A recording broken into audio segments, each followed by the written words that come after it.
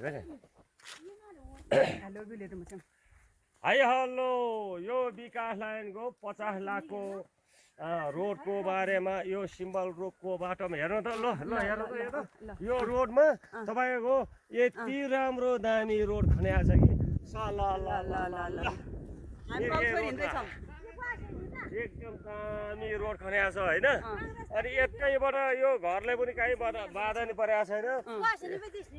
यताबाट केही पनि परेको छैन तपाईँको हेर्नु ल हेर्नु त यो कुनाल पार्न जङ्गल है फेरि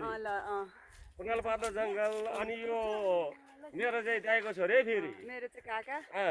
हाम्रो बच्चामा एकदम माया गर्ने काका हो क्या फेरि अनि तपाईँको यो चाहिँ फेरि हाम्रो चाहिँ अब ट्रान्समिटर यहाँ छ तर कहिले बत्तीले असर पनि गर्नु खोज्छ कहिलेकाहीँ होइन अनि तपाईँको यतैबाट चाहिँ हामी चाहिँ फेरि झर्दैछु जानुपर्ने हुन्छ है अब यहाँ हेर्नु त तपाईँको आलु रोप्ने आलु रोप्ने तरिका चाहिँ कस्तो हो भने तपाईँको आलु रोप्ने तरिका चाहिँ कस्तो हो भने यो आलु रोप्ने कस्तो भने पहिला अब गोरेटो यसरी एक लट खन्ने अनि त्यहाँदेखि एक लटमा मल र आलु रोप्ने त्यो तरिकाले रोपेको आलु है ल यो चाहिँ आलु रोप्ने तरिका पनि यो है ल हेर्नु त ल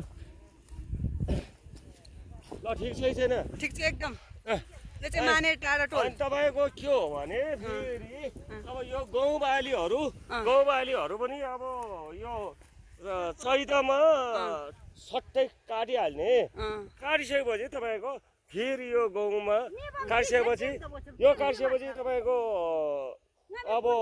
मकै छर्ने है मकै हजुर ल ल ल एकदम राम्रो क्वालिटी राम्रो क्वालिटी है राम्रो क्वालिटी